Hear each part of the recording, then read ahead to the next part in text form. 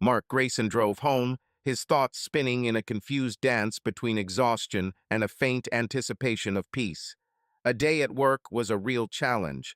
Endless lines of code, urgent bug fixes, the ringing roar of colleagues' voices in the office, where everyone tried to talk over each other.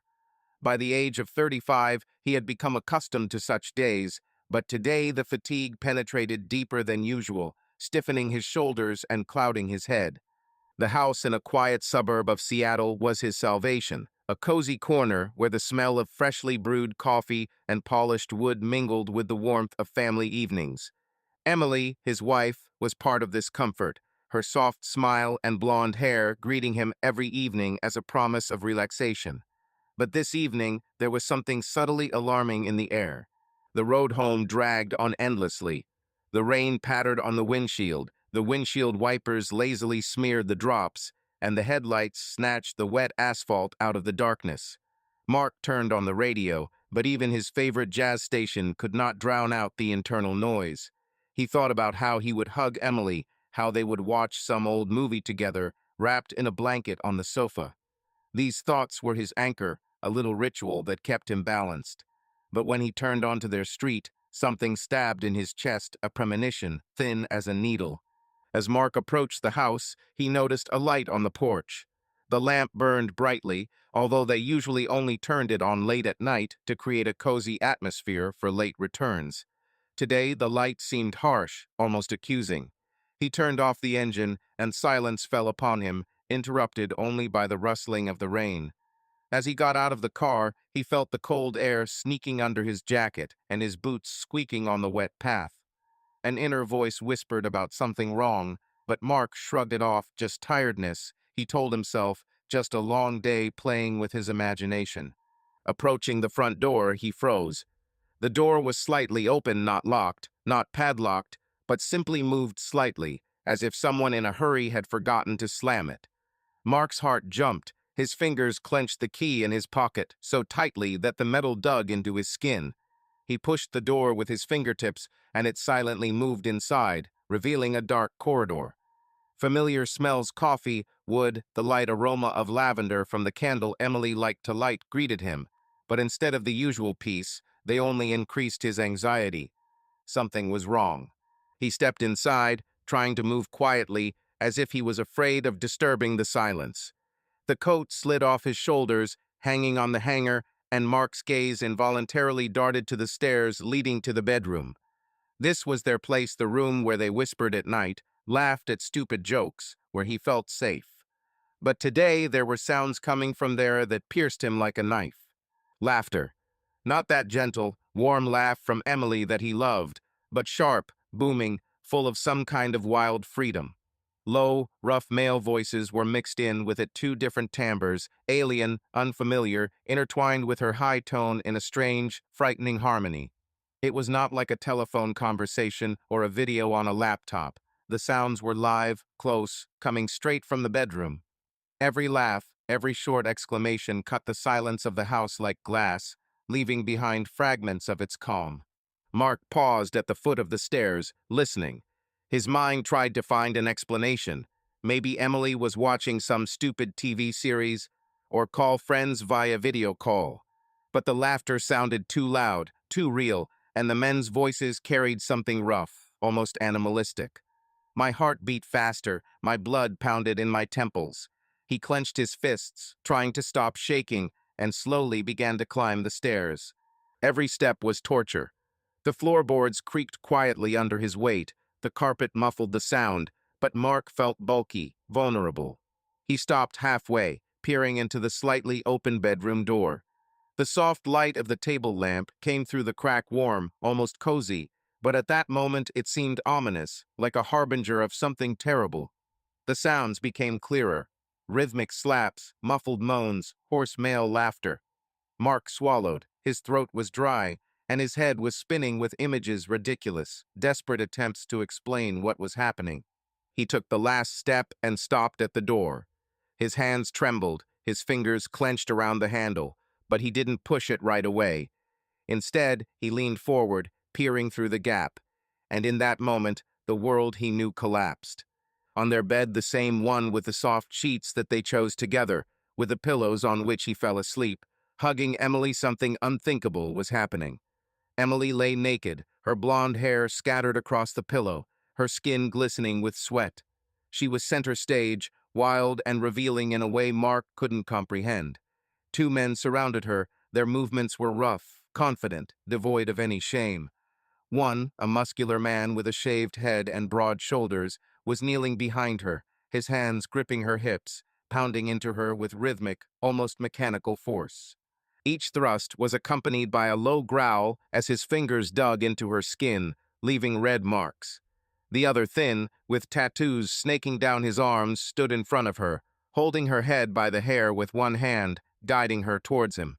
They moved in synchronized chaos. Sweat ran down the man's back, dripping onto the sheet. Emily arched between them, her legs spread wider than Mark could have imagined, her body trembling with tension and pleasure. The tattooed man laughed hoarsely, muttering something unintelligible, and Emily responded with a short groan that echoed in the room.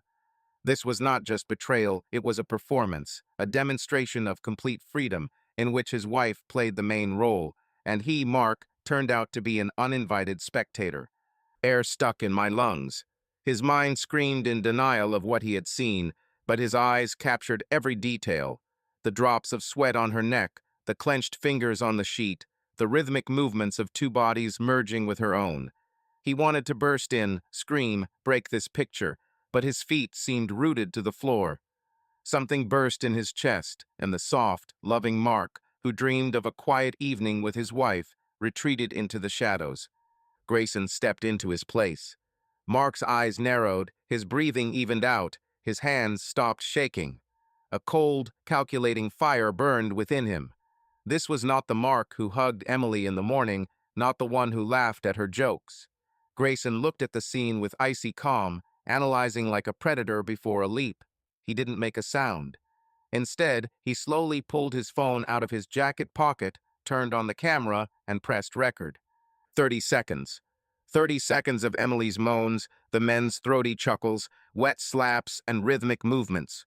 He took pictures with surgical precision, holding the phone level, as if it was not his house, not his wife, but someone else's life that he was studying.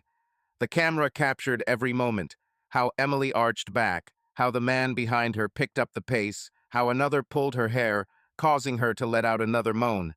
When he was done, Grayson put the phone down, stepped back, and quietly closed the door, leaving it open just enough to keep the light pouring into the hallway. He went down to the living room without turning on the light. In the darkness, he found a closet, took out a bottle of whiskey, and sat down on the sofa, clutching the cold glass in his hands. The sounds from the bedroom were still coming, muffled but clear, like background music to his thoughts. Grayson leaned back on the couch and took a sip, feeling the scalding liquid running down his throat. His lips stretched into a thin, dangerous smile. Mark screamed inside, rushing forward, begging to stop this madness, but his voice was drowned in Grayson's cold determination. This was not the end. This was just the beginning. Mark sat in the dark of the living room, clutching a bottle of whiskey as the sounds from the bedroom moans, laughter, rhythmic slaps slowly faded, leaving behind an echoing silence. His mind, usually so analytical and orderly, was now an arena of chaos. Grayson stared at the empty wall in front of him, turning over a plan in his head, cold and clear like program code. But somewhere deep inside Mark, the same Mark who loved Emily, could not help but remember. They rushed in like a wave, pulling him back into the past, to the day when he first saw her, to the beginning of their story. It was 9 years ago, on a rainy April evening. Mark was then a 26-year-old programmer who had just joined a small IT company in Seattle. He was a loner by nature, tall, with dark hair and blue-gray eyes that could be warm or cold depending on his mood. His life flowed smoothly: work, books, rare trips to the bar with colleagues.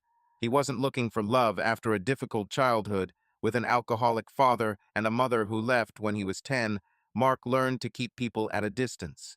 But fate, as it turned out, had other plans. Emily appeared in his life by chance. He went to a small cafe near his office to drink coffee and work on a project in silence. The rain poured down outside the windows, pattering on the glass, and inside there was the smell of fresh baked goods and espresso. She stood behind the counter, a frail girl with long blonde hair pulled back into a messy bun and tired green eyes. She wore a tattered waitress uniform, a coffee-stained apron, and a smile on her face that seemed both sincere and forced. Mark ordered black coffee, and she handed him the cup, dropping the spoon onto the table with slightly trembling hands. "Sorry," she muttered, blushing. "Long day." "It's okay," he replied, picking up the spoon. His voice was soft, almost soothing, and she looked at him a little longer than necessary. At that moment, he noticed how a thin tattoo peeked out from under the sleeve of her sweater, a small lotus flower. He later learns that it was a symbol of hope that she made at age 18 to remind herself of the possibility of a better life. They started talking. Emily's name was Emily Reed. She was 22, and she worked in a cafe to pay bills and help her family.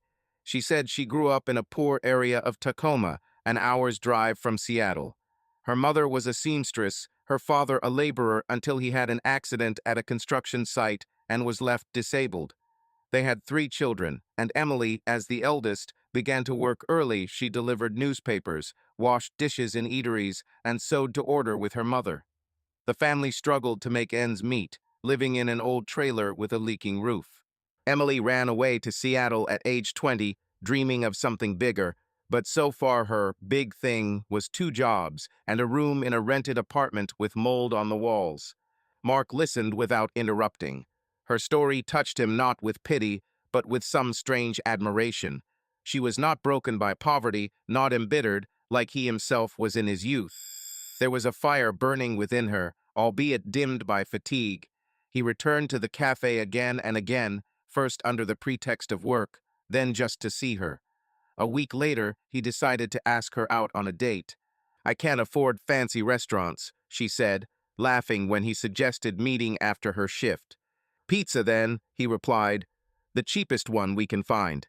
They ate pizza on a park bench, under the umbrella Mark held over them as the rain pattered on the fabric. Emily laughed at his jokes, talked about her dreams of becoming a yoga instructor, how she once saw the ocean and decided that someday she would live next to it. Mark looked at her and felt something thawing inside something that he had long buried under layers of loneliness. Their relationship developed slowly but steadily. Emily was open, warm, but with a sharp tongue she could tease him for being too serious or make him laugh when he got hung up on work. Mark, in turn, showed her a different side of life. He took her to small bookstores, taught her how to understand code, although she just rolled her eyes and said that it was magic for nerds. He helped her with money not out of pity, but because he wanted to see her happy.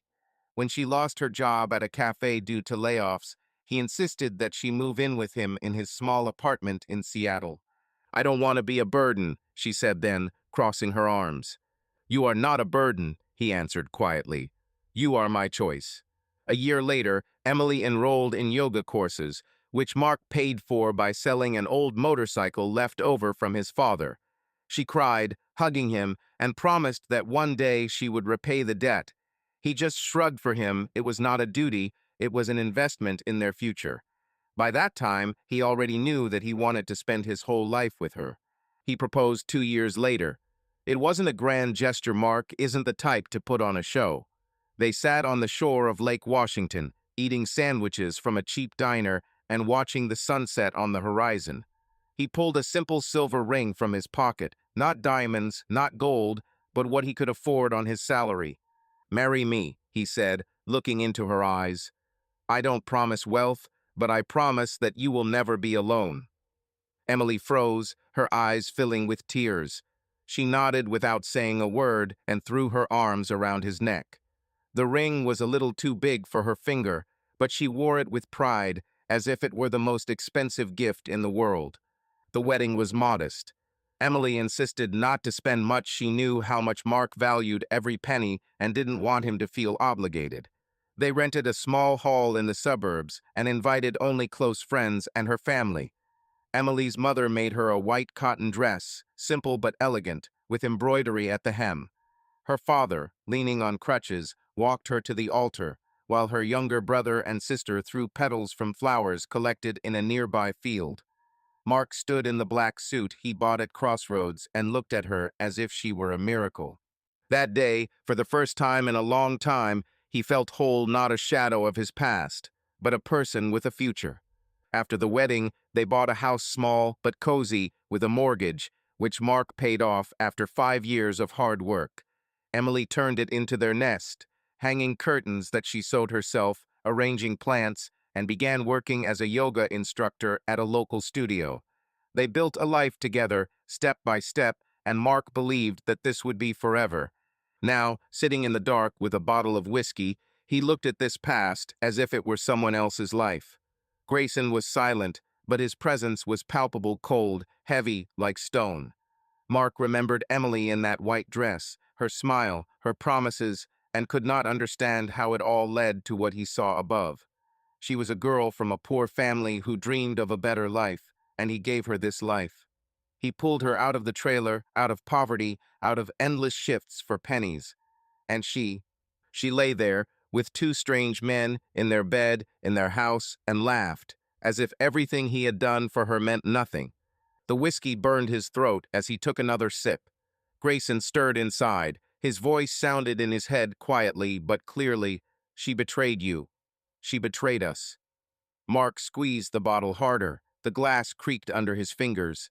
He wanted to scream, he wanted to forget, but the memories held him in a vice. Their first meeting, their first night, their vows, all of it was now tarnished, like an old photo thrown into the rain. The sounds above died down. The silence was worse than the noise, it was oppressive, leaving him alone with his thoughts. Grayson looked at the phone lying on the table where the video was recorded. Mark stared into the void where he once saw their future, and at that moment he realized, no matter what happens next, there is no turning back. Mark sat in the living room, immersed in darkness, clutching a bottle of whiskey in one hand and his phone in the other. The light from the upstairs bedroom no longer poured down. It was quiet, too quiet after the chaos of sounds he had heard an hour ago. The silence was deceptive, like the calm before a storm, and it weighed on him more than the groans and laughter that had been heard before.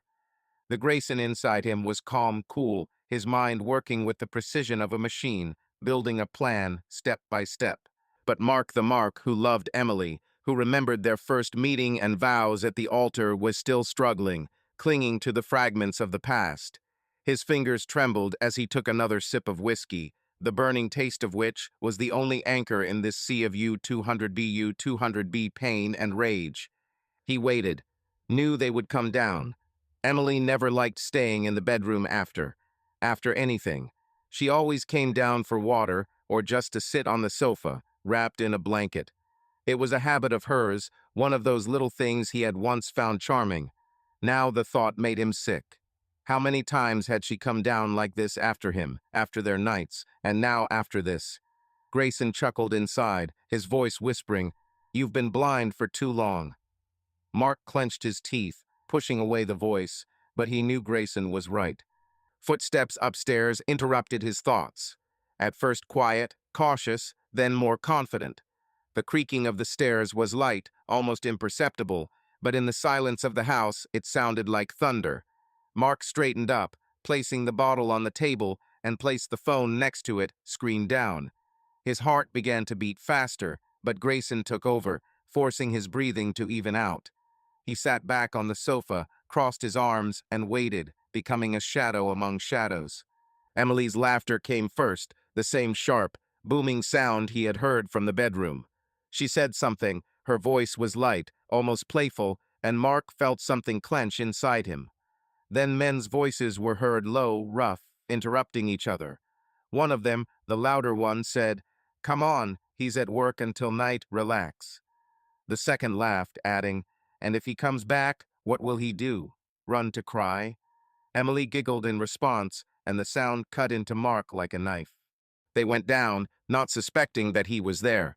Emily showed up first, stepping onto the last step, wrapped in the short silk robe he'd given her for their anniversary 2 years ago. Her hair was disheveled, her cheeks were flushed, and on her lips was the smile that he had once considered his own. Behind her walked a man with a shaved head, muscular, broad-shouldered, wearing an unbuttoned shirt and jeans, which he pulled on as he walked. Mark recognized him from the video, the one behind her, the one whose hands were squeezing her hips. Jake, as he would later find out. Next came the second one, thin, with tattoos on his arms, in a black t-shirt, and with a mocking grin. Tyler. They looked relaxed, confident, as if the house belonged to them. Emily stepped into the living room, flicking the light switch against the wall. The light of the lamp flooded the room, and at that moment she saw him. Her smile disappeared, her eyes widened, and her hand froze in the air. "Mark?" She gasped, fear and disbelief mixed in her voice. Jake and Tyler stopped behind her, their faces turning from surprise to wariness. "What? What are you doing at home?" Emily's voice trembled. She took a step back, bumping into Jake. He put his hand on her shoulder, as if protecting her, and this movement made Mark clench his fists so tightly that his nails dug into his palms. Grayson smiled, a thin, icy smile that didn't reach his eyes. He slowly picked up the phone from the table, never taking his eyes off Emily. "Freed early," he said, and his voice was low, calm, almost affectionate. But there was something about him that made the air in the room feel heavy. Jake stepped forward, his chest puffed out, his face twisted into a cocky grin. "So what?" he said, crossing his arms. "Sitting here in the dark like a crazy person. Maybe you should leave and let us finish the evening." Tyler chuckled, leaning against the wall. "Yeah, dude, relax. Nobody called you," he added, his voice full of mockery. Emily was silent, her eyes darting between Mark and the men as if she was trying to figure out what to do. Mark didn't answer. Instead, he turned the phone face up and pressed play. The sound filled the room, loud, harsh, merciless. Emily's moans, Jake's raucous laughter, wet slaps, rhythmic movements, everything he recorded half an hour ago now echoed off the walls. The video was short, only 30 seconds, but each of them was like a hammer blow. Their bodies flashed across the screen, Emily writhing between two men, Jake pounding into her from behind, Tyler clutching her hair. This was not just evidence, it was a verdict. Emily turned pale, her hands trembled. She pressed her hand to her mouth, suppressing a scream. "Mark, turn it off," she shouted, her voice breaking into a squeal. She rushed towards him, trying to grab the phone, but Grayson moved away, his movements smooth, almost lazy. The video ended, but the silence that followed was deafening. Did you film?" she whispered, her eyes filling with tears. "How could you? How could *I*?" He asked, and there was steel in his voice now. He stood up from the sofa, tall and still as a statue, and looked down at her. "This is my home, Emily. My bed, my wife, and you." He paused, letting the words hang in the air. "You decided that you could just take it all and smear it in the dirt." Jake stepped forward, his face red with anger. "Listen here, asshole," he barked, clenching his fists. "You think you can sit here and play your games? Maybe I'll break your nose and you'll shut up." Tyler pushed himself off the wall, his smirk replaced by an intense gaze. "Come on, Jake, teach him a lesson," he urged, but there was already uncertainty in his voice. Emily grabbed Jake's hand, trying to hold him back. "Please don't," she begged, but he brushed her off like an annoying fly. Grayson didn't flinch. He slowly turned to the kitchen counter a few steps away and picked up a knife, a long one with a shiny blade that he and Emily used to cut vegetables. He held it casually, with his fingertips, but the light of the lamp reflected on the steel, casting a cold glow on his face. "Try," he said quietly, and there was not a drop of fear in his voice. This was not Mark, not the man who would back down or try to negotiate. It was Grayson, and his eyes burned with an icy fire. Jake froze. His fists were still clenched, but he didn't move. Tyler took a step back, his hands raised in a conciliatory gesture. "Hey, dude, let's not do this," he muttered, his voice shaking. Emily sobbed, clutching her arms to her chest, her robe falling open to reveal finger marks on her thighs, marks left by these two. "Get out," Grayson said, his voice level, but there was a threat in it, like a taut string. He stepped forward, twirling the knife in his hand with an ease that seemed almost theatrical.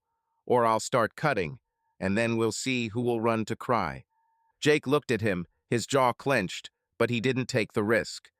Come on, Ty, he muttered finally, retreating towards the door. Tyler was already halfway out, giving Emily a look filled with a mixture of irritation and fear. They ran out the threshold, slamming the door so hard that the glass in the windows shook. Emily was left standing in the middle of the room, her shoulders shaking, tears streaming down her cheeks. Mark, I can explain, she began, her voice husky, pleading. She extended her hand, but he recoiled as if from fire. No need, he cut her off. Grayson was still holding the knife, but now his gaze was directed at her. I saw everything. I heard everything. There is nothing to explain.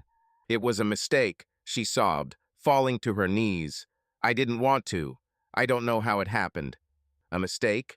He stepped towards her, and she recoiled, her eyes widening in horror. You laughed, Emily. You moaned. You took them in our asterisk bed. This is not a mistake.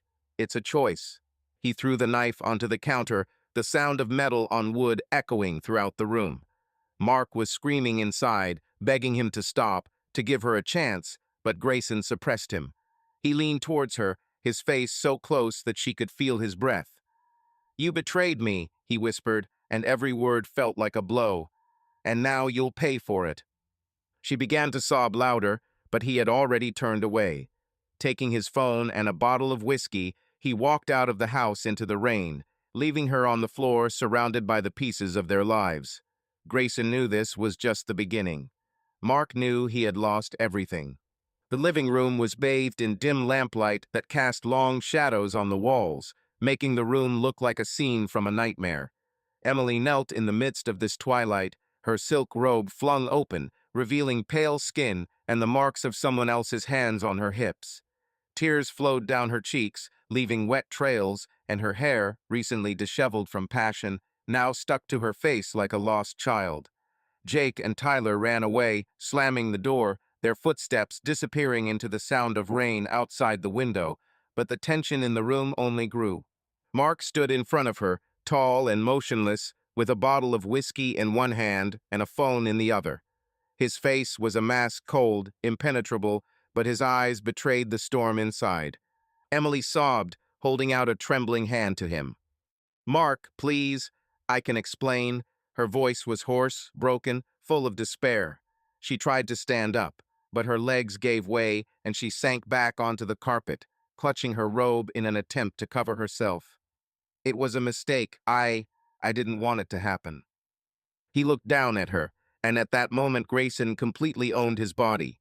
His lips curled slightly in a bitter smile, but his voice remained even, almost dead. Explain, he asked, taking a step back so that her fingers would not touch his shoes. What exactly do you want to explain, Emily? How did you end up naked in our bed with two men, or how you laughed while they... He paused, swallowing as if the words were stuck in his throat. Grayson didn't let him finish, but Mark winced inside, remembering the sounds he heard through the slightly open door. It's not what you think, she breathed, looking up at him with tears in her eyes. I was drunk, they just came. I don't know how it got this far. Her voice trembled, she clung to the words like a life preserver, but each of them sounded false, like a cheap lie. Mark took a sharp step towards her, and she recoiled, pressing her back against the sofa. The knife lay on the kitchen counter where he had left it, but its presence still hung in the air like a threat. Grayson wanted to take it again, to feel the coldness of the metal in his hand, but Mark held on to the thought, clinging to what was left of his control. He leaned towards her, his face so close that she could see the vein pulsating in his temple. Drunk, he repeated, and his voice burst with rage that Grayson could not contain. You laughed, Emily. You moaned. You didn't look drunk. You looked like you were enjoying it. She shook her head, tears splashing onto the carpet. No, it's not like that. I just lost control. I didn't mean to hurt you. She extended her hand, trying to touch his knee, but he recoiled as if from fire and straightened up. His chest heaved heavily, his breath came out in short, sharp bursts. What were you missing? he asked suddenly, and at that moment Mark broke through Grayson's coldness. His voice trembled. The pain that he had suppressed for so long sounded in it. "Tell me, Emily, what did you miss with me? I gave you a home. I pulled you out of that hole in Tacoma, that trailer with the leaky roof. I worked until the night so you could study for your yoga classes. I loved you." He paused, his eyes sparkling, but he didn't let the tears fall. "What did I do wrong?" Emily covered her face with her hands, her shoulders shaking with sobs. "You didn't do anything," she whispered, her voice barely audible through her sobs. "This is not about you, Mark. I don't know what's wrong with me. I was lonely, you're always at work, and I just wanted to feel something." "Are you lonely?" He almost laughed, but the sound came out hoarse and bitter. "I was here, Emily. Every day, I came home to you. I built this life for us.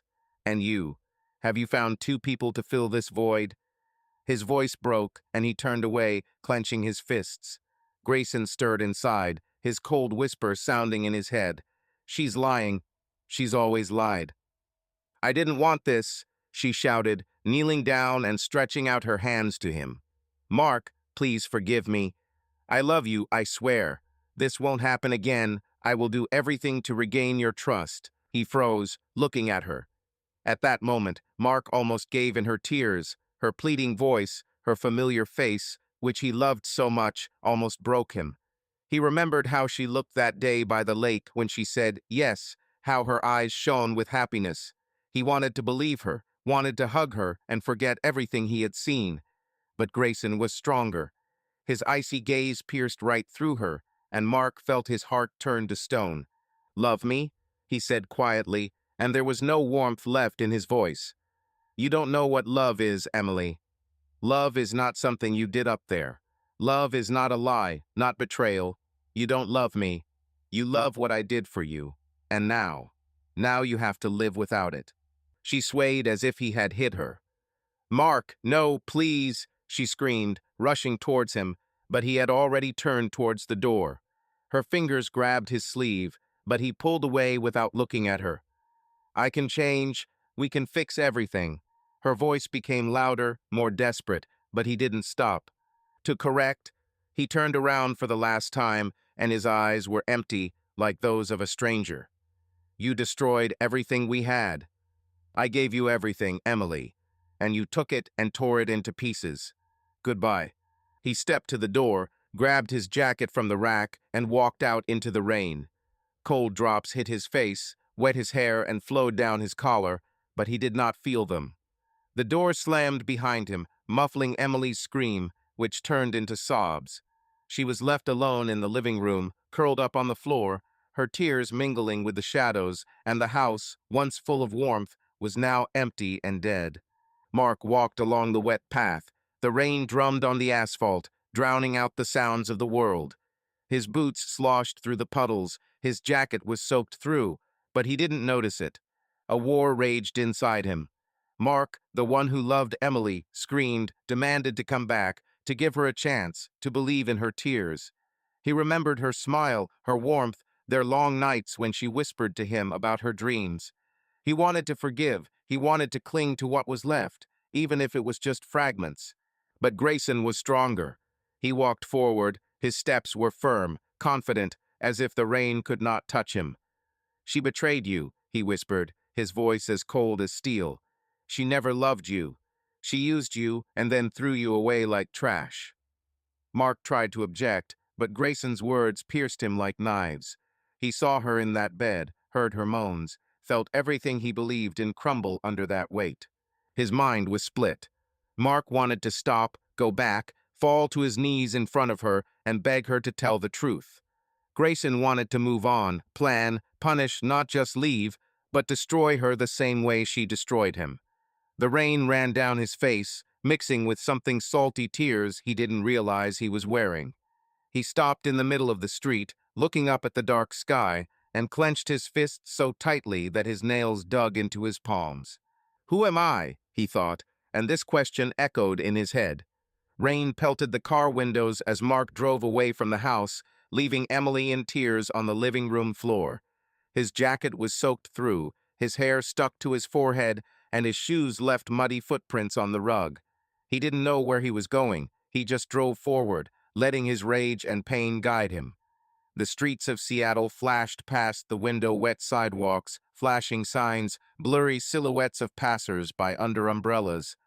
At some point, he realized that he could not return to that house, not today, and maybe never. He needed a refuge, a place where he could collect his thoughts, and he turned toward the center of the city, to the only place that came to mind, the Fairmont Olympic Hotel, one of the most expensive in Seattle.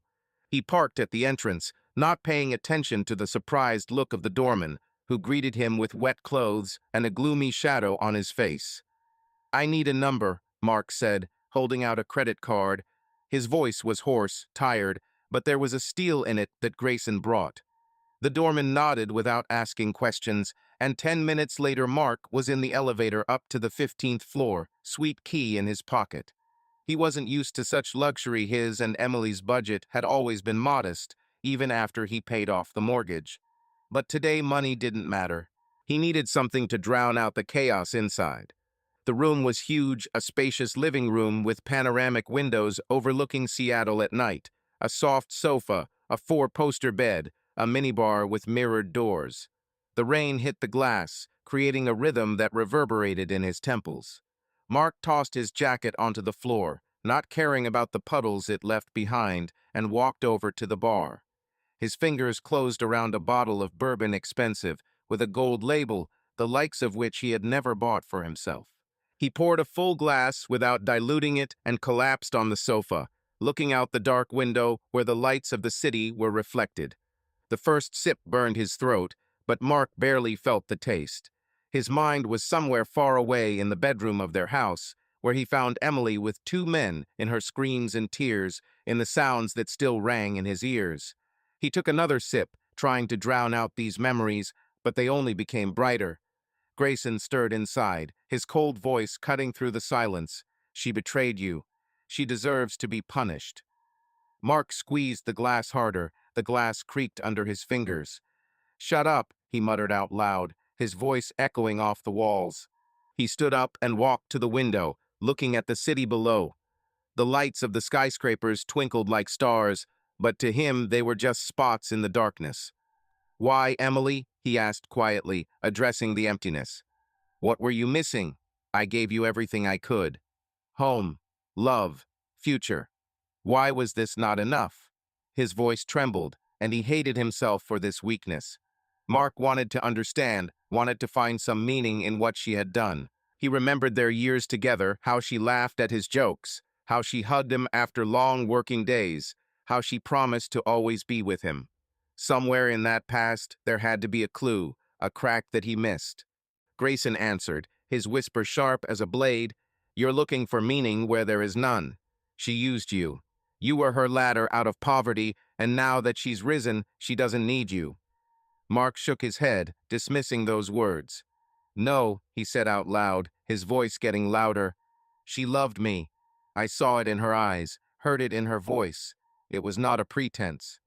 He took another sip of bourbon, feeling the alcohol flow through his veins, dulling the pain but not completely eliminating it. He walked over to the mirror above the bar, looking at his reflection. The face was pale, the eyes were red, the hair hung in wet strands. "Who am I now?" he asked, and his voice became hoarse. "A husband who was betrayed, a fool who did not see the truth, or just a shadow that wants revenge?" Grayson looked at him from the mirror, his smile thin, dangerous. "You are me," he answered inside, "and I won't let you forget what she did. We will make her suffer. We will destroy her the same way she destroyed us." Mark slammed his fist down on the counter. The bottle bounced, spilling bourbon onto the polished wood. "No!" he shouted, his voice filling the room. "I don't want this. I want to know why. Why did she choose them and not me? What did I miss?" He turned to the window, pressing his forehead against the cold glass. The rain beat outside like a metronome, counting his thoughts. He remembered how Emily complained about his long hours at work, how she sometimes remained silent at dinner, staring into space. Were these signs, or did he come up with them himself to justify her? "You're too kind," Grayson said, his voice filled with contempt. "You're making excuses for her because you don't want to face the truth. She was never who you thought she was. She lied to you from the very beginning." Mark clenched his fists, his nails digging into his palms. "Shut up," he growled, but Grayson continued. "You gave her everything, and she spat in your face. She laughed while they took her in your bed. You heard it, you saw it, and you still want to understand her." Mark collapsed back onto the sofa, dropping his head into his hands. Bourbon sloshed around in the glass he could barely hold. "I loved her," he whispered, his voice full of pain. "I loved her more than myself. How could she do this to me?" He closed his eyes, and Emily appeared in front of him, not the one who was lying with two men, but the one who stood by the lake in a white dress, smiling at him, promising eternity. This picture was torn into pieces, mixed with her moans, her laughter, her betrayal. "Love makes you weak," Grayson said, and his words were like a blow. "She used your love to take what she wanted, and then she threw you away. Now it's our turn. We'll make her pay." Mark shook his head, but his resistance weakened. He took another sip, feeling the alcohol dull his will. "I don't want revenge," he muttered. "I want answers."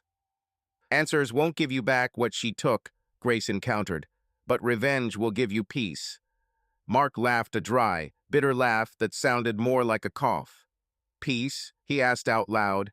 "What peace? I lost everything. My house, my wife, my life. What is left?"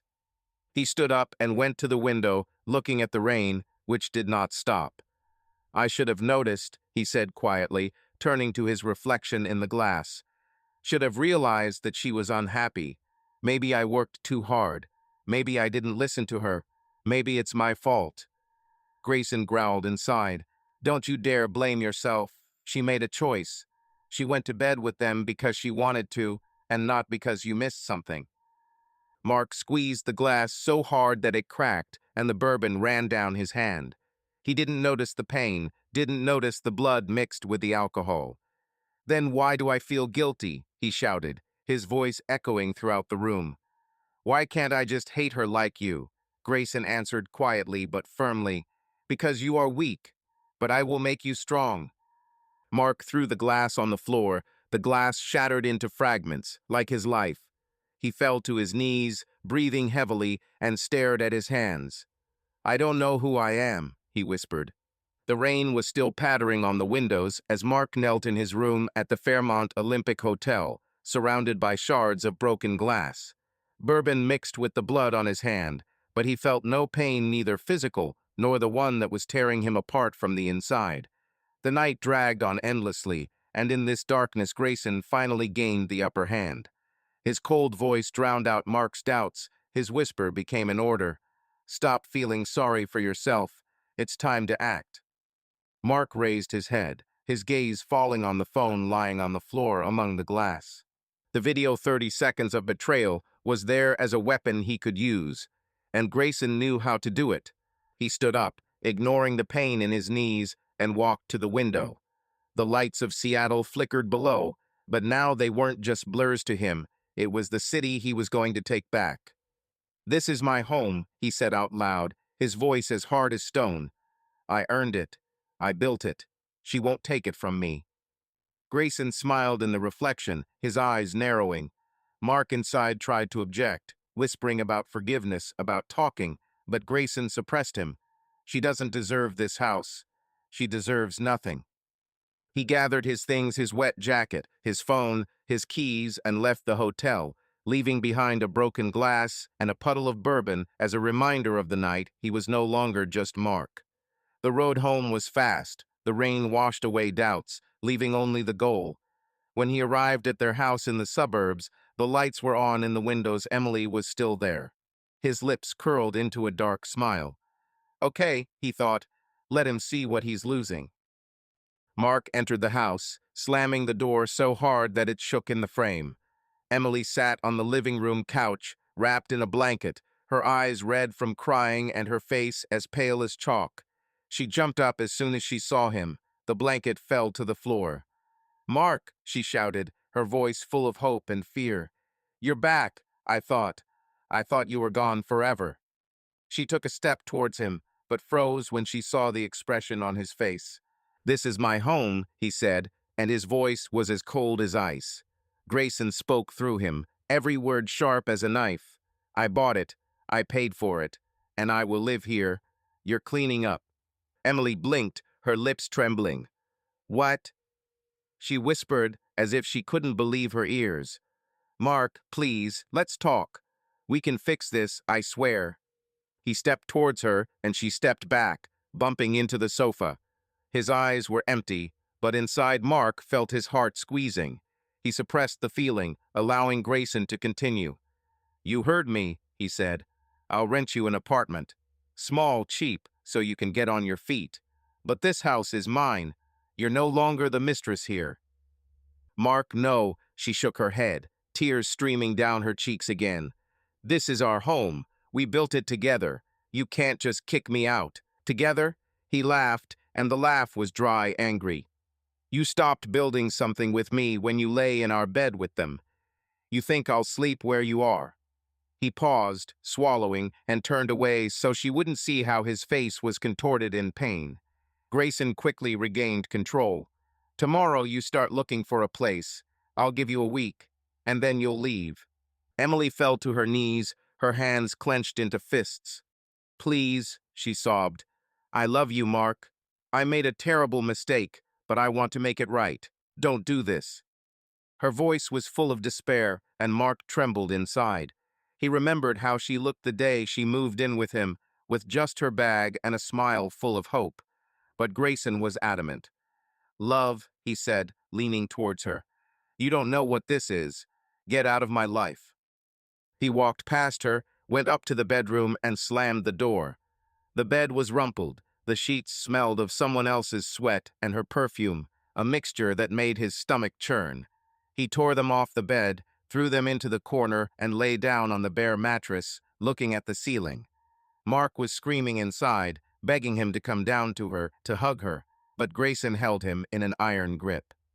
"This is just the beginning," he whispered. "She doesn't know what pain is yet." That morning, while Emily slept on the couch, curled up under the covers, Grayson took the next step. He sat down at the kitchen table with his laptop. Connected to an anonymous VPN, his programming skills were more useful than ever, and opened his email. The video was on his phone, short but devastating. He loaded it into a letter, added the heading, "Your daughter," and sent it to Emily's parents, whose addresses he knew from their wedding. Emily's mother, Carol, and father, Tom, lived in Tacoma, in the same trailer where Emily grew up. They were simple people, proud of their daughter, who made it into the people, and Mark always respected them for this. Now he was using them against her. An hour later, the phone rang. Mark was sitting in the kitchen, sipping coffee, when Emily's phone vibrated on the living room table. She woke up with a start and grabbed him, her face swollen from crying. "Mother," she said, putting the phone to her ear. Mark watched her from around the corner. His gaze was cold, but inside he felt Mark trying to break free to stop this. "What?" Emily's voice became higher, panic breaking through her fatigue. "No, Mom, this is not. Where did you get this from?" She fell silent, listening, and her face turned pale. "Did you see it?" "Oh God, no, please don't tell him." Her voice broke, and she dropped the phone and covered her face with her hands, her body shaking with sobs. Mark heard snatches of screams from the receiver, even from a distance. Carol was furious, her voice trembling with anger and shame. "How could you? We didn't raise you for this. You disgraced us all." Tom apparently picked up the phone. His hoarse voice was quieter, but no less harsh. "You are no longer our daughter." Emily screamed, trying to say something, but they hung up, leaving her in silence, interrupted only by her sobs. She looked up at Mark standing in the kitchen doorway. "It's you," she whispered, her voice filled with horror. "Did you send this to them?" He didn't answer. He just looked at her, and his silence was more eloquent than words. Grayson was jubilant inside, his satisfaction almost palpable. Mark felt his heart squeezing, but could not stop it. "Did you want to feel something?" he said finally. His voice was quiet but poisonous. "Here's your something. Enjoy." Emily fell onto the couch as her world began to crumble. Her parents, her last support, turned their backs on her. A week has passed since the night Mark found Emily with two men in their bedroom, a week since he kicked her out of the house and sent the video to her parents. 7 days that dragged on like an eternity, filled with silence, rain, and the ringing emptiness of their home in the suburbs of Seattle. Mark lived as if in a fog, his days merged into one gray canvas: work, coffee, sleepless nights on a bare mattress where he never laid down new sheets. Emily's scent still lingered in the air, a faint trace of her perfume mingling with the dampness of the rain coming through the half-open windows. But today was the last day of her presence in his life, at least in this house. Emily moved out this morning. Mark returned from work to find the living room empty. The couch where she'd slept for the last week was neatly made up, the blanket folded, as if she were trying to leave some trace of order. Her things were gone: clothes, books, little trinkets that she had placed on the shelves. On the kitchen table was a note written in her neat handwriting. "I'm gone. The keys are under the rug. I'm sorry, Mark." He read it once, crumpled the paper, and threw it in the trash without giving himself time to reread it. Grayson stirred inside, his cold voice whispering, "She's gone. Now it's time to end this." Mark didn't object. He was tired of arguing with himself. It had been a hard week for both of them. After her parents called, Emily tried to reach her mother and begged her to forgive her, but Carol was adamant. Mark heard snatches of her conversations through the closed bedroom door. Her voice, full of tears, echoed in the house, but he did not interfere. She looked for an apartment, flipped through advertisements on her phone, and sometimes cried quietly, thinking that he couldn't hear. He rented her a small studio in a cheap area of Seattle, transferring money through the app so as not to see her gratitude or shame. "This is no help," he had told her 3 days ago when she tried to speak. "This is so that you leave faster." She nodded, lowered her eyes, and did not bring up the topic again. Now the house was his, empty, cold, but his. Mark walked through the rooms, checking to see if she had left anything by accident. In the bedroom, he found a forgotten hairpin on the nightstand, a simple, metal one with which she tied her hair into a bun when she worked. He took it in his hands, turned it between his fingers, and for a moment Mark remembered how she sat in front of the mirror, smiling at him in the reflection. His fingers clenched, and he tossed the hairpin into the trash, pushing away the memory. Grayson was right, she was no longer a part of his life. He sat down at the kitchen table with his laptop, opened a bottle of beer. The hotel had run out of bourbon, and he didn't bother buying more and started looking for a lawyer. Divorce. The word sounded heavy, like a hammer blow, but it was inevitable. Grayson had been insisting on this since the first night, his voice ringing in his head every time Mark hesitated. "She betrayed you. Cut all ties. Leave her with nothing." Mark resisted, clinging to the remnants of who he was, a loving husband who believed in their vows. But now that Emily was gone, he knew there was no turning back. He found the website of a law firm in downtown Seattle that specialized in divorce. The reviews were good, the prices high, but Mark could afford it. Years of hard work in it had given him savings that Emily had never touched. He filled out an online form with his name, phone number, and the reason for the divorce: adultery. His fingers froze over the keyboard when he reached this point. Treason. The word was too simple for what he saw: her body writhing between two men, her moans, her laughter. He gritted his teeth and pressed send, closing the laptop with a sharp pop. The beer was cold, but did not bring relief. Mark stood up and walked to the window, looking out at the wet street. The rain had eased to a light drizzle, but the sky remained gray, like his thoughts. "That's right," he said out loud, his voice hoarse with fatigue. "I have to do this." Grayson nodded inside, his presence almost tangible.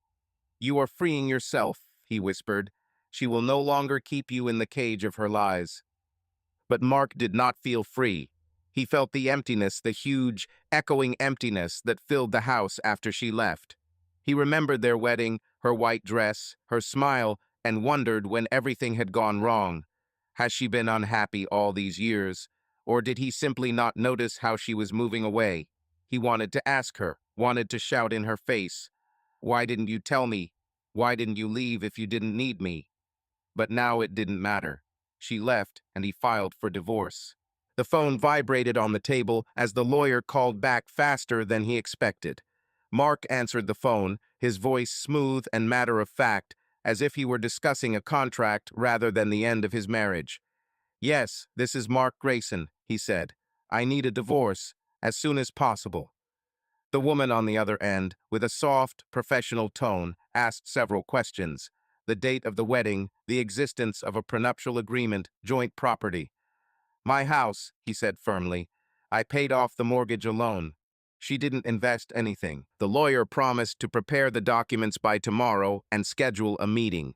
He thanked her and hung up, feeling something settle inside him like dust after an explosion. He returned to the couch, finishing his beer. Grayson was pleased the first step had been taken. The connection with Emily was officially broken. But Mark looked at the empty bottle and thought about how strange it felt. He was waiting for relief, waiting for the divorce to be the end, but instead he only felt tired.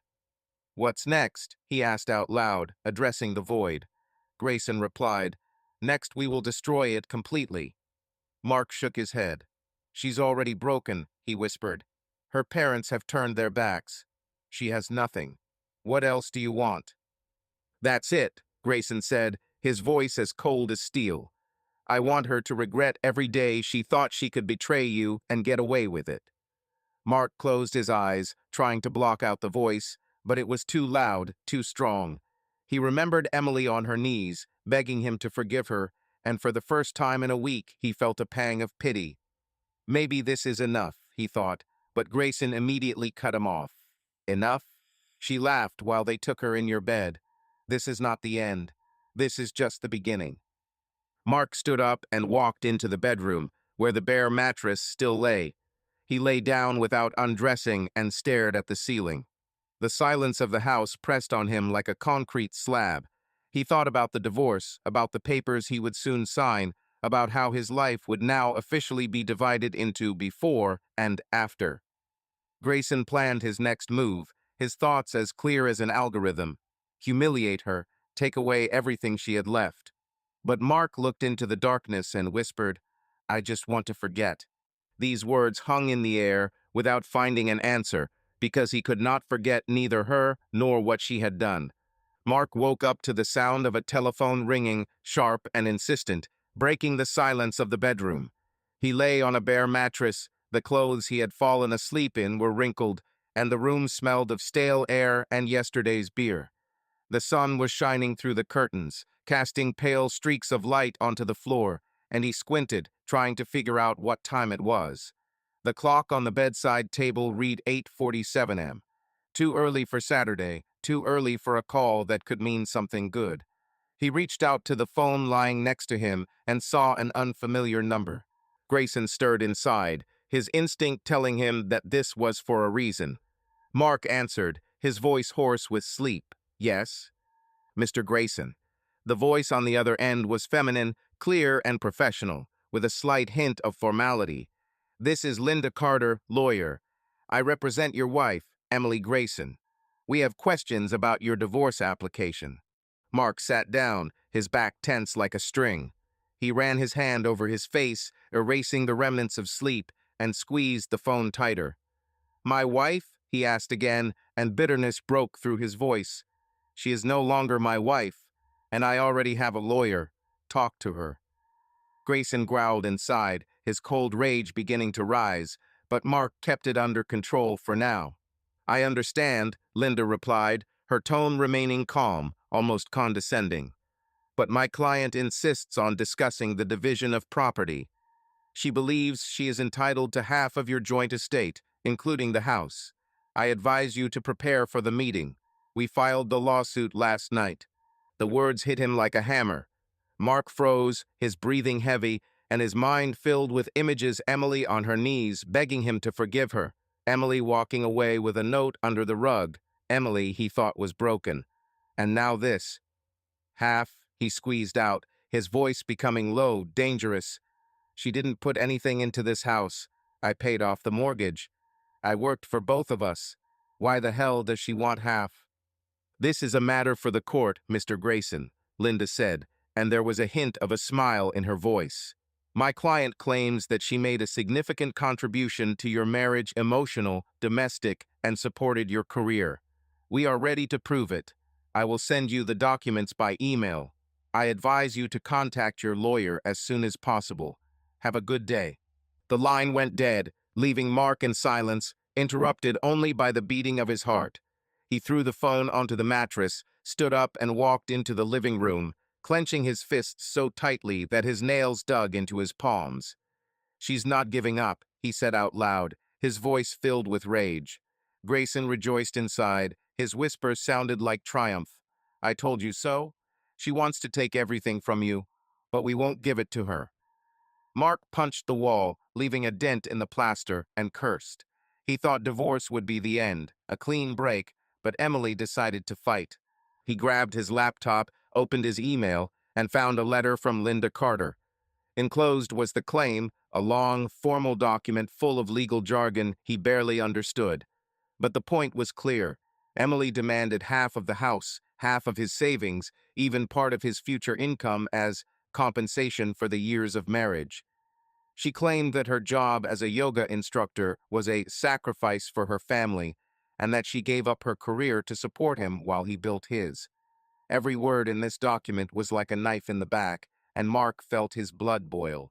"Sacrifice," he growled, throwing the laptop onto the couch. "She was lying with two men in my bed, and now she's talking about victims?" Grayson answered, his voice cold and calculating. "She's playing on pity. She wants to make you look like a villain, but we're stronger." Mark walked into the kitchen, poured himself some coffee from yesterday's coffee maker, cold, bitter, just like his mood, and sat down at the table, looking into emptiness. He tried to make sense of it. Emily, whom he had pulled out of poverty, who had begged him to forgive her a week ago, was now standing up to him with a lawyer and a lawsuit. She didn't break. She decided to fight. He remembered her face that night when he showed the video, her tears, her pleas. Was it a sham? Or did she truly believe that she could bring him back? And now, having lost that hope, she decided to take everything she could. Mark squeezed the mug, feeling the ceramic heat under his fingers. "Why doesn't she just leave?" he asked out loud, his voice shaking with a mixture of pain and anger. "I gave her an apartment. I let her go. What else does she want?" Grayson replied. "She wants what's yours. She wants to punish you for not forgiving." Mark stood up and walked to the window, looking out at the wet street. The rain stopped, but the sky remained gray, as if reflecting his inner world. He thought about the house, their house, which he bought with his own money, which he furnished while she sewed curtains and arranged flowers. He recalled how they laughed, sitting on the floor on the first day after moving, how they drank cheap wine from plastic glasses because they had not unpacked the dishes. It was his, not hers, and now she wanted half. He returned to the phone and dialed the number of his lawyer, Catherine Wilson, whom he had hired to handle the divorce. She answered after the second ring, her voice businesslike but warm. "Mark, I was waiting for your call. Did you receive the claim?" He confirmed, and she sighed. "It complicates things," she said. "Your marriage lasted 7 years, and in Washington state, property is divided as community property unless there is a prenuptial agreement. She can claim a share even if you paid for the house alone. But we have a video. This is proof of infidelity, and it may sway the court in your favor." "Bend?" he asked, his voice becoming harsh. "I don't want to bend. I want her to get nothing. This is my house, Catherine. Mine." "I understand," she answered calmly. "We will fight. But you need to be prepared for the fact that it won't be quick." She hired a good lawyer. "Linda Carter knows how to play on the emotions of the court. We have to be prepared for the long game." Mark hung up the phone, feeling a new wave of rage boiling inside him. He walked into the bedroom, opened the closet, and pulled out a box of their old things, photos, letters, little things he hadn't touched in years. There was their wedding card, where they were smiling, holding hands. He looked at her, and his fingers trembled. "You won't get anything," he whispered, squeezing the photo until the paper crumpled. Grayson internally agreed. "We will destroy her. She will regret that she dared to challenge us. Mark threw the card on the floor and returned to the living room. He knew this was just the beginning. Emily didn't give in like he'd hoped. She decided to fight, and now it was a war, not just a divorce, but a battle for everything he had built. Grayson planned his next move, his thoughts clear and cold as ice. Mark looked at the empty sofa where she had slept for the last week and felt his heart squeezing. "Why are you doing this, Emily?" he thought, but there was no answer. Only silence and the coming storm. Mark sat in his office, staring at the computer screen where the cursor blinked on a blank document. A week had passed since he'd learned of Emily's lawsuit, a week filled with calls from lawyers, gathering documents, and growing anger that Grayson was fueling with each passing day. The house, his home, was now a battlefield, and the thought of Emily taking half of everything he had earned burned inside him. Catherine, his lawyer, advised him to collect evidence checks, statements, anything that would confirm that he alone paid the mortgage and bills. But Grayson wanted more. He wanted to finish this quickly, without trials, without long proceedings. And he had a weapon of video. The idea came to him at night when he was lying on the mattress, looking at the ceiling. The 30 seconds of video he took that night was more than just evidence for the trial. It was her shame, her weakness, and Grayson knew how to exploit it. "We'll make her back down," he whispered, and Mark, too tired to argue, agreed. He decided to meet Emily face to face, give her a chance to leave quietly, or release this video on the internet, where it would ruin her life forever. He texted her that morning, short and cold. "We need to talk. Rain Cafe on Pike Street, 2 p.m. Don't be late." The answer came an hour later. "Okay." No questions, no emotions, just a word that left a bitter taste in his mouth. Mark put on a dark jacket, took the phone with the treasured file, and left the office without telling his colleagues where he was going. The rain began again, fine and nasty, covering the streets of Seattle with a gray veil. He walked, feeling the drops running down his face, and tried to collect his thoughts. Grayson was calm, his plan was clear, but Mark was trembling inside, not knowing if he could see it through to the end. The Rhine Cafe was small, with wooden tables and the smell of freshly brewed coffee. Mark arrived first, took a table by the window, and ordered black coffee, which remained untouched. He looked at the street, where people were hurrying under umbrellas, and waited. Emily appeared at 14:03, her silhouette flashing through the door. She looked different, paler than before, with dark circles under her eyes, her hair pulled back into a tight ponytail, and her coat too large for her thin figure. She noticed him, and their gazes met. A mixture of fear and hope flashed in her eyes. Mark clenched his fists under the table, pushing away the pity that began to rise in his chest. She sat down opposite him, placing her bag on the next chair. "Hi," she said quietly, her voice weak, almost a whisper. Mark didn't answer, just looked at her, letting the silence weigh heavily. She nervously straightened her hair and looked down at the table. "You wanted to talk," she continued, "so speak."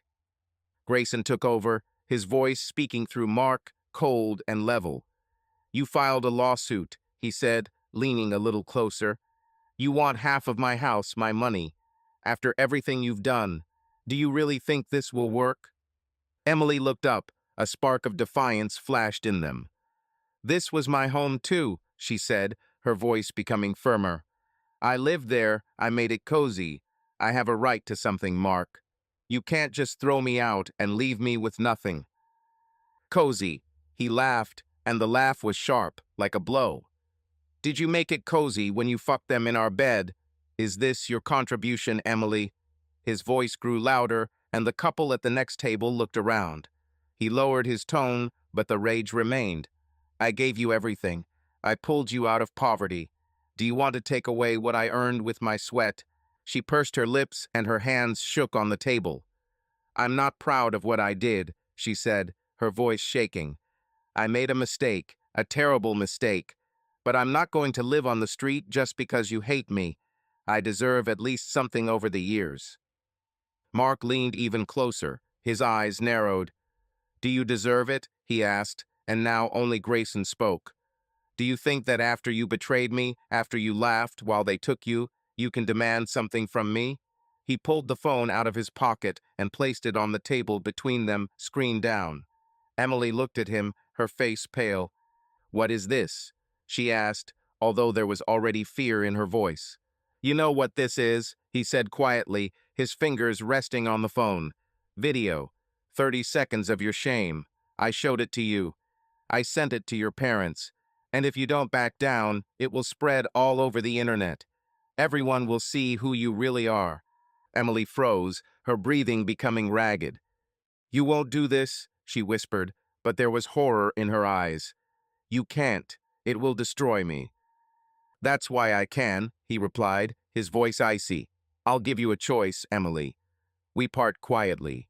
You withdraw your claim, I pay for your apartment for another month, and we never see each other again. Or I post this video on forums, on social networks. I will send it to your colleagues, clients, everyone. You'll go viral, and then we'll see how many rights you have left." She covered her face with her hands, her shoulders trembling. "You're a monster," she breathed through her tears. "I thought you were better than this." "I was better," he said, and for a moment Mark broke through Grayson, his voice wavering. "I loved you. I gave you everything I had, and you tore it to pieces. Now choose." Emily raised her head, her eyes were full of tears, but there was anger in them. "You think you can blackmail me?" she said, her voice getting louder. "I won't back down. I'll find a way to fight. You won't break me." Mark stood up, taking the phone from the table. "Then you chose," he said, his voice as empty as an echo. He turned and walked towards the door without looking back. Grayson was jubilant inside. His plan was in motion, but Mark felt something inside him crack. He heard her sobs, saw her clenching her fists, and part of him wanted to go back, to stop this. "She's broken," he thought.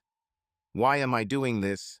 But Grayson replied, "She's not broken yet, but she will be." He went outside, the rain hitting his face, washing away the last traces of doubt. He opened his phone, went to the anonymous browser, and looked at the video file. His finger hovered over the send button, but he didn't press it. "Bye. She has time," he told himself. "She'll come to her senses." But Grayson knew she wouldn't come to her senses, and he waited for the moment to pull the trigger. The days after the meeting at the Rhine Cafe passed slowly, like the thick fog that shrouded Seattle. Mark lived in anticipation Emily's answer, the lawyer's call, some sign that his ultimatum had worked. He gave her time to think, but Grayson had no doubt inside him. She would either break or force him to pull the trigger and release the video online. Every morning he checked his phone. Every night he went to bed with the feeling that the war was not over yet. The house remained empty, cold, its walls kept the echo of their last quarrel, and the air was saturated with the smell of coffee and loneliness. Mark worked overtime, filling the hours with code and deadlines to drown out his thoughts. But Grayson was always there, whispering, "She'll give in, or we'll destroy her." 2 weeks passed, and the day of the trial arrived, a preliminary hearing where Emily's lawsuit and his petition for divorce were to be discussed. Mark sat in his office, looking at his watch, 9:15 m. In 2 hours, he would be at the King County Courthouse in downtown Seattle to meet Catherine, his lawyer, and face Emily. He put on a dark gray suit, the same one he had worn at their wedding, which now seemed like a mockery to him, and picked up a folder of documents. Mortgage statements, checks, a copy of the video on a flash drive that Catherine had insisted on keeping as evidence.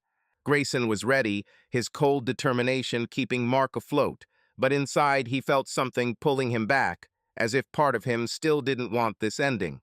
The road to the court was short, but the rain, which began again in the morning, turned the streets into a gray mess. Mark parked in front of a building massive, with columns and glass windows that reflected the clouds. Catherine was waiting for him at the entrance. Her black raincoat was wet from the rain, and she was holding a briefcase in her hands. "Are you ready?" she asked. Her voice was businesslike, but there was a hint of concern in her eyes. Mark nodded, not trusting his voice. "Is she here?" he asked, and Catherine shrugged. "Her lawyer is here. Linda Carter just came in. I haven't seen Emily." They passed through security, went up to the third floor, and stopped at room 305, where the hearing was to take place. The corridor was quiet, only footsteps and muffled voices of other people broke the silence. Mark sat down on the bench, his fingers clenching the folder, and his eyes fell on the door. Grayson was calm inside. His plan was simple. If Emily didn't back down, the video would become their trump card. But Mark looked at his hands and thought about how far things had gone. He remembered their first meeting in a cafe, her tired smile, her dreams of a better life. Why am I doing this? He thought, but Grayson cut him off. Because she betrayed you, don't forget. The door opened and Linda Carter, Emily's lawyer, appeared. She was tall, with short dark hair and a sharp suit, her face inscrutable. Emily followed her pale, in a simple black dress that hung on her like on a hanger. Her eyes were puffy, her hair was pulled back into a messy bun, and her hands were nervously fiddling with her purse. She noticed Mark, and their gazes met for a moment. Pain flashed in her eyes, but was immediately replaced by stubbornness. Mark stood up, feeling Grayson tense inside, ready to fight. Catherine stepped forward, greeting Linda with a curt nod. "We're ready," she said, her voice firm. Linda looked at her, then at Mark, and her lips twitched slightly into a smile. "Maybe you won't have to," she replied. "My client wants to talk before the hearing, in person." Mark frowned, but Catherine nodded. "Okay," she said. 5 minutes. Here, in the corridor. Linda stepped aside, leaving Emily standing in front of Mark. She looked small and frail, but there was something in her posture that spoke of determination. Mark crossed his arms, his gaze cold, but inside he felt Mark, not Grayson, trying to break free. "I dropped the lawsuit," she said quietly, her voice weak but clear. "I don't want half of your house. I don't want anything." Mark blinked, not expecting this. Grayson froze inside, his triumph mixed with suspicion. "Why?" he asked, his voice sharp as a blow. "You fought for it. You hired a lawyer. What changed?" Emily looked down, her fingers tightening on her purse. "I'm tired," she whispered. "I'm tired of all this, the courts, the hatred, your threats. I know what you will do with this video, Mark. You showed me what you are capable of. I don't want to live knowing that it could appear at any moment." She looked up, and there were tears in them. "You won. You broke me. Is that enough?" He looked at her, and his chest tightened. Grayson was jubilant, his voice ringing in his head. "We did it." She gave up. But Mark saw her tears, her trembling hands, and felt something inside him crumble. "You could have left earlier," he said, his voice quieter than he intended. "You could not have started this war." "I thought I could save something," she replied, her voice breaking. "I thought I deserved at least something over the years. But you're right, I ruined everything. I don't want to fight anymore. Just let me go." Mark was silent, his gaze fixed on her. He recalled their meeting in the cafe, his words about the video, her horror. He thought this would be his triumph, but now, looking at her, he felt nothing but emptiness. "Okay," he said finally. "You refuse the claim, I sign the divorce, and the video remains with me. Forever." She nodded, wiping her tears with her sleeve. "Thank you," she whispered, and the word cut him like a knife. She turned and walked towards Linda, who was waiting at the door.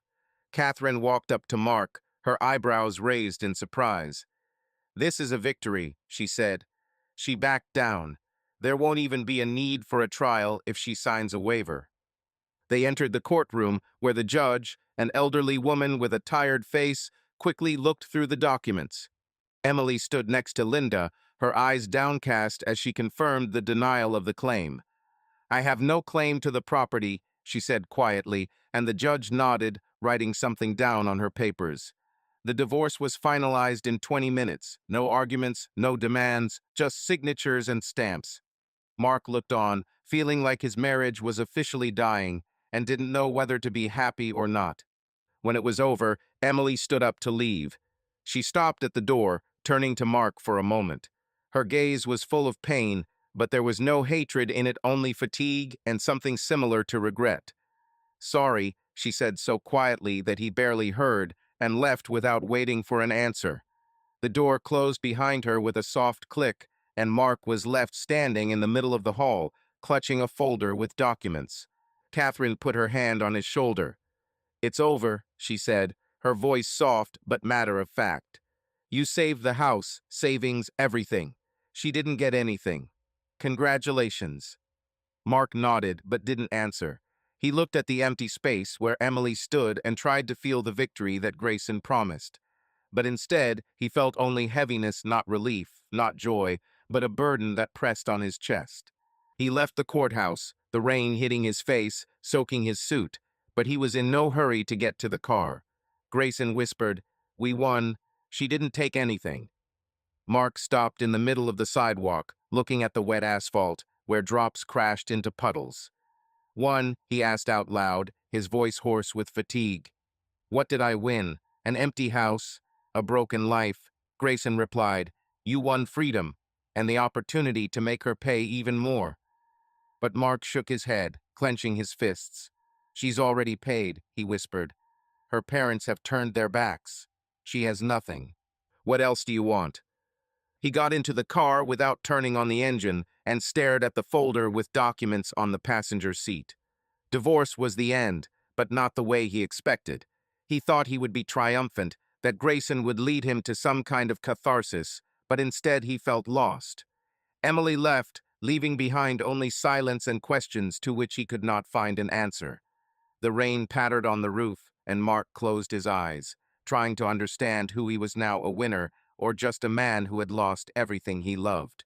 The divorce was finalized, and Mark tried to return to a normal life, but it was like trying to pick up broken glass, each shard cut deeper. He went to work, wrote code, drank coffee, but the house remained empty, and the nights were long and silent. Grayson, however, was not ready to let go of the past. His victory in court, the fact that Emily dropped the lawsuit, did not satiate him, it only whetted his appetite. He promised her that the video would remain with him, that it would not see the light of day if she backed down, and Mark wanted to believe that he would keep that word. But Grayson saw the situation differently. The promise was just a tool, and revenge was a goal that had not yet been achieved.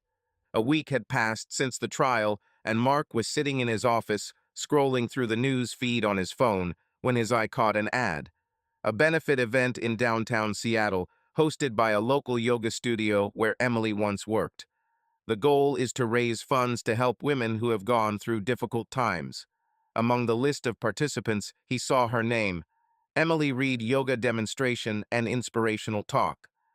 The date is in 3 days. The place is a large hall at the Westin Hotel, where hundreds of people will gather, instructors, sponsors, clients. Mark froze, his fingers clenched the phone, and inside Grayson came to life. His voice sounded clear and cold. "This is our chance." Mark put the phone down and rubbed his temples, trying to push the thought away. "We're done," he said out loud, his voice hoarse with exhaustion. "She left. The divorce is signed. The video should stay with me, as I promised." But Grayson was relentless. "Did you promise?" he asked, and there was mockery in his whisper. "And she promised to love you, to be faithful. Promises mean nothing.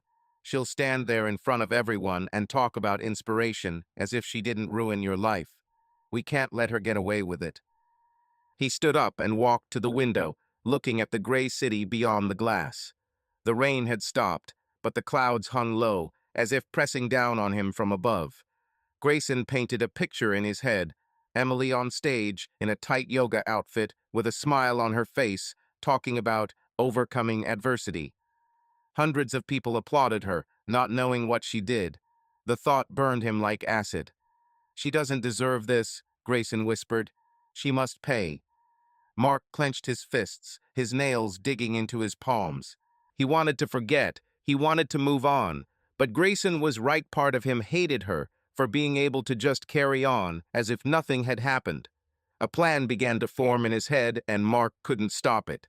Grayson took his laptop, connected to an anonymous VPN, a habit left over from his first steps of revenge, and began searching for information about the evening. It turns out the event will be broadcast live on the studio's website, with a projector showing the performances on a big screen. It was perfect. He could hack the system, changed the video no more difficult than the code he wrote every day. 30 seconds of her shame, launched in the midst of her speech, in front of hundreds of eyes and cameras. This would be the climax, the final blow from which she would never recover. "I promised," Mark said out loud, his voice shaking, but Grayson cut him off. "You promised weaknesses. I didn't." He opened the folder on his laptop where the video was stored and looked at the file icon. It was still there, short but devastating, showing Emily with Jake and Tyler in their bedroom.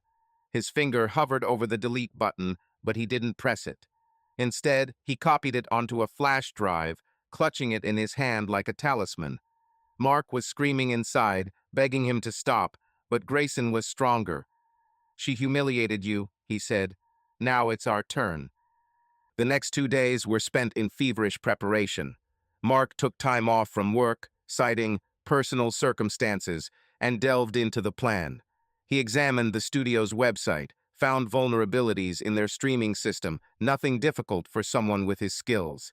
He wrote a script that would allow him to connect to the projector at the right time, replacing the broadcast with his video. It was risky, there would be serious consequences if he were caught, but Grayson wasn't afraid. "They won't know," he whispered. "We'll do it anonymously. She'll think it's karma." Mark spent the night before evening without sleep. He sat in the living room, looking at the flash drive on the table, and drinking whiskey, not the hotel bourbon, but a cheap kind he found in the closet. His mind was split.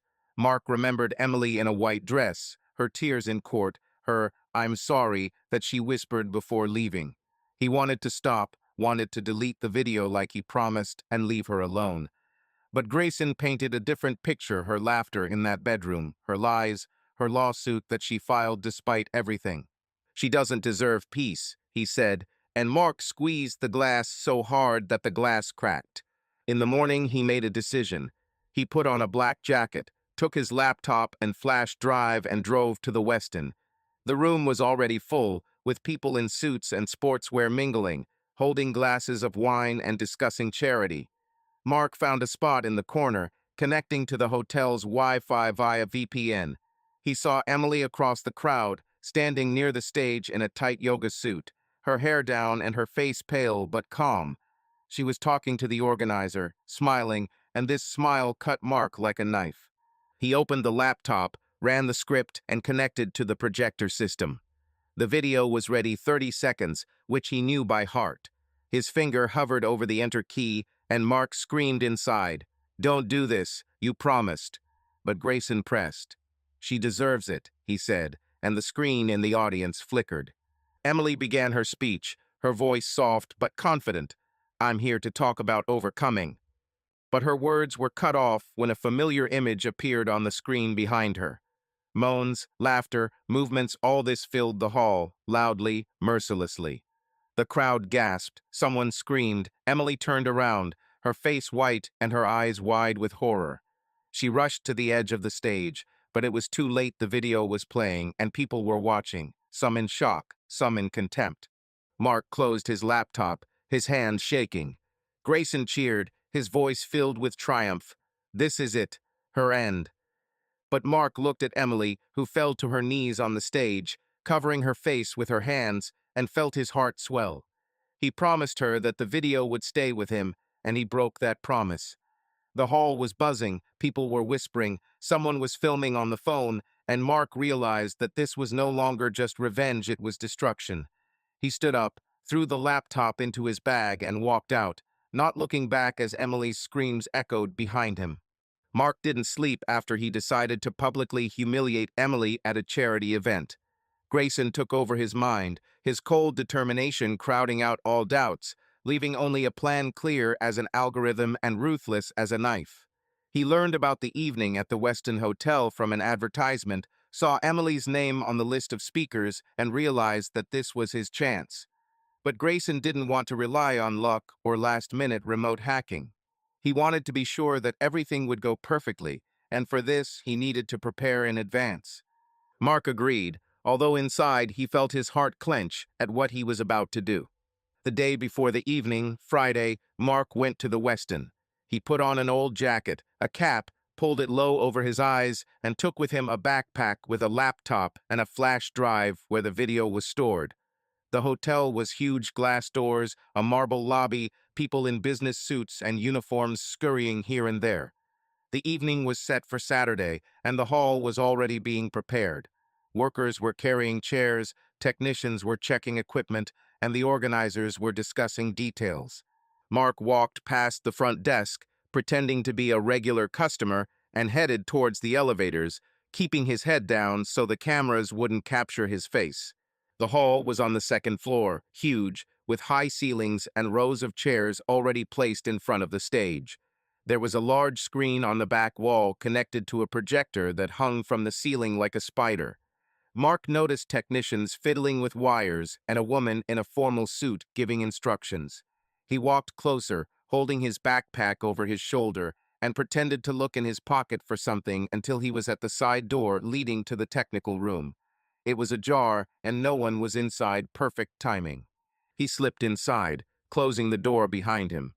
The room was small, filled with boxes and equipment, with a remote control for the projector on the table. Mark took out his laptop, connected to the system via cable, and started working. His fingers flew over the keyboard. He cracked the password in a minute, using a simple utility that he wrote as a student. The system was outdated, with basic security, and he quickly accessed the projector's settings.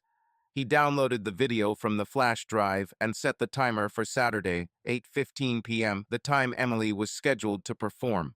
The file was disguised as a standard slideshow so that no one would notice it until the right moment. When he was done, he erased all traces of his activity, disconnected, and put the laptop back in his backpack. Mark left the room as quietly as he had entered and left the hotel without attracting attention. At home, he collapsed on the sofa, looking at the empty ceiling. Grayson was pleased. His whisper sounded like triumph. Everything is ready. Tomorrow she will know what real shame is. But Mark felt something resisting inside him. He had promised Emily that the video would stay with him, and now he was breaking that promise. She deserves it, he said out loud, trying to convince himself, but his voice was shaking.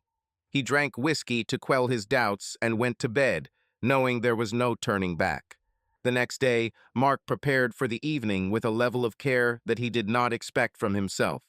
He put on a tuxedo, a black, perfectly fitting one that he had bought for a corporate event a couple of years ago.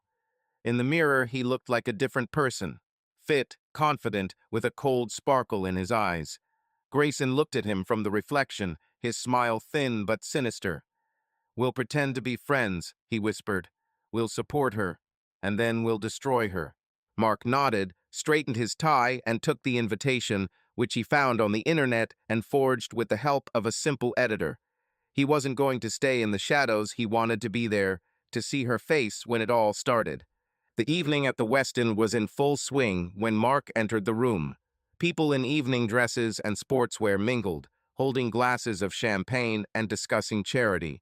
A speaker was on stage, talking about the mission of the foundation, and the screen showed slides of smiling women. Mark took a glass from the bar, pretended to drink, and took a place in the middle of the room, where he was visible but not too conspicuous. He spotted Emily near the stage, standing in a tight, navy blue yoga suit, with her hair loose and falling over her shoulders. She looked pale but collected, talking to the organizer and smiling a weak, forced smile. When the speaker finished, the moderator announced the next participant. Emily Reed, yoga instructor, will share her story of overcoming. Applause swept through the hall, and Emily walked onto the stage, her steps unsteady, but she held on. Mark watched her, his heart beating faster, but Grayson remained calm. She began to speak, her voice soft but clear. "Thank you for having me. I'm here to talk about how you can find strength even after the most difficult moments." Mark stood up, pretending to come closer, and smiled at her, raising his glass as if to support her. Emily noticed him, and her eyes widened in surprise. She stopped mid-sentence, but quickly pulled herself together, nodding back at him. I'm glad to see familiar faces," she said, and appreciative chuckles were heard in the room. Mark took a place closer to the stage, pretending to be just a guest, an old friend who had come to support his ex-wife. No one knew that this was not why he was here. The clock showed 2014. Emily continued, "Sometimes life falls apart, but we can." And then the screen behind her blinked. The sound of moans, raucous laughter, rhythmic slaps, the video turned on, filling the hall with a loud, merciless echo. Emily turned around, her face white as chalk, her eyes wide with horror.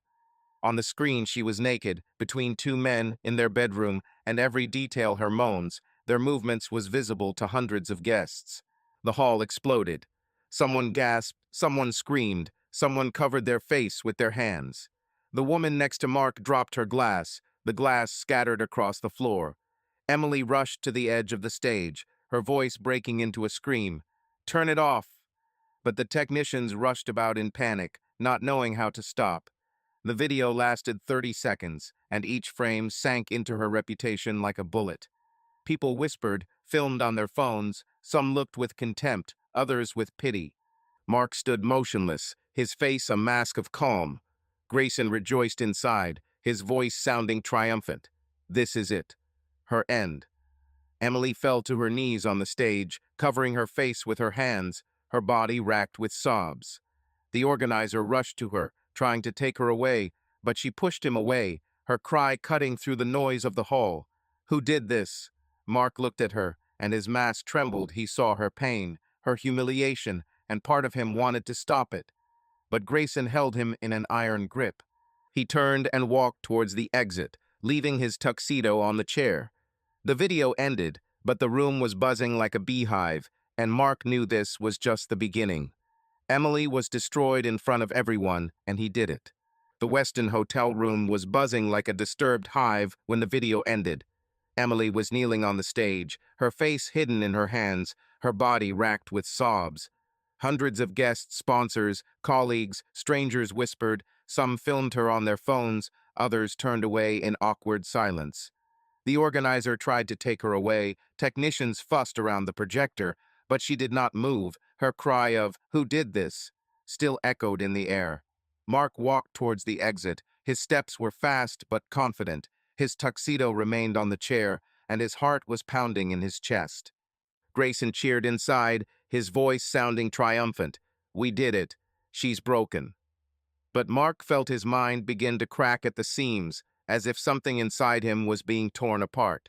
He left the hall, went down the stairs into the lobby, and headed towards the glass doors leading out onto the street. The rain began again, fine and cold, pattering on the asphalt. Mark stopped at the exit, his breathing heavy and his hands shaking. He did it, humiliated Emily in front of everyone, just like Grayson wanted, but instead of satisfaction, all he felt was chaos. "Are you satisfied?" he asked out loud, his voice hoarse, and he hit his head with the palm of his hand, trying to muffle Grayson. "Was it worth it?" Grayson answered, his whisper sharp. "Yes.